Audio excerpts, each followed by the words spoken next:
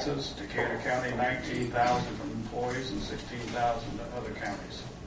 Property taxes, $32,000 in real and property taxes to Decatur County, $36,000 to others. Cash expenditures of Decatur Hills and affiliates are in excess of $8.2 million. If you use a 3-to-1 ratio for economic impact, that's what we get to $25 million. Sometimes they go as high as 10-to-1 ratio. In this particular case, we use 3-to-1. Number 5, tipping fees from the landfill support the activities and programs of the Decatur County Solid Waste Management District. Without that support, these programs and activities would need to come from the county general fund or tax levy. Currently, the district receives 50 cents a ton of waste received at the landfill. Again, that accounts to $64,000 a year.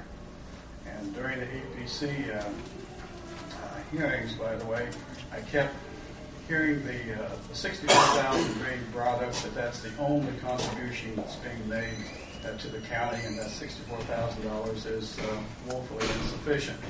Again, I would point out all the other economic contributions that are being made in addition to that to the solid waste district.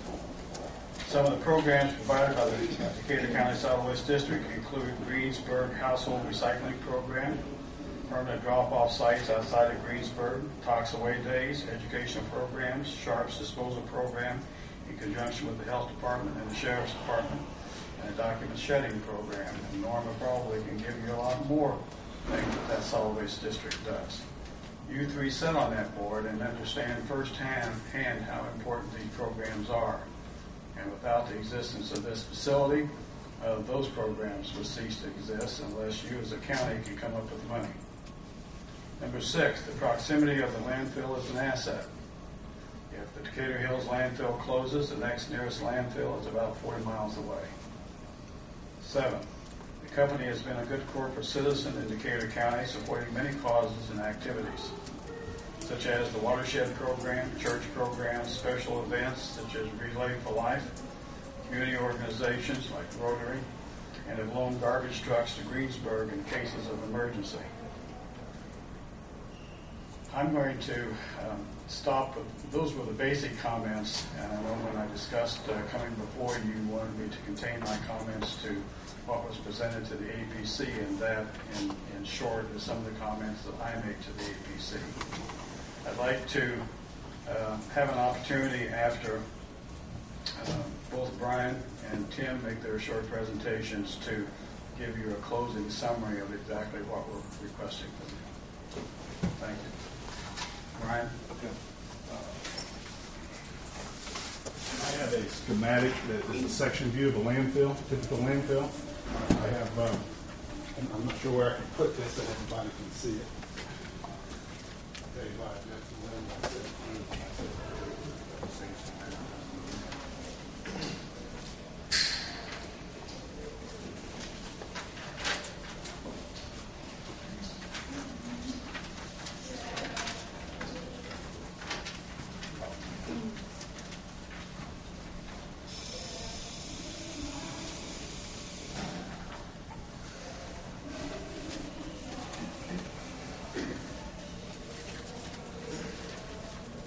The Decatur Hills landfill is a municipal solid waste landfill.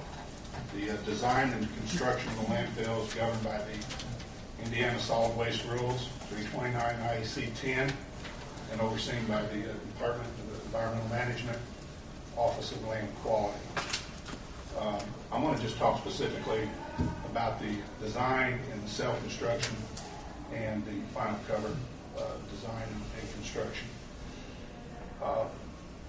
The base liner system, before any waste ever goes in the landfill is required to construct a containment liner system. The old county landfills and the old landfills, before the new regulations came in place, consisted of what we just called attenuation landfills, where they just dug trenches and put the waste right in the trench, and you relied upon the in-place soils beneath the landfill to clean up the leachate over time. And through the federal regulations that were passed down to the state regulations, basically there are a few attenuation landfills still out there. Basically all new landfills, MSW landfills, are now containment facilities, whether the liner system within both beneath and above the landfill, and the leachate is collected and treated properly. That containment system beneath the landfill consists of 5 components.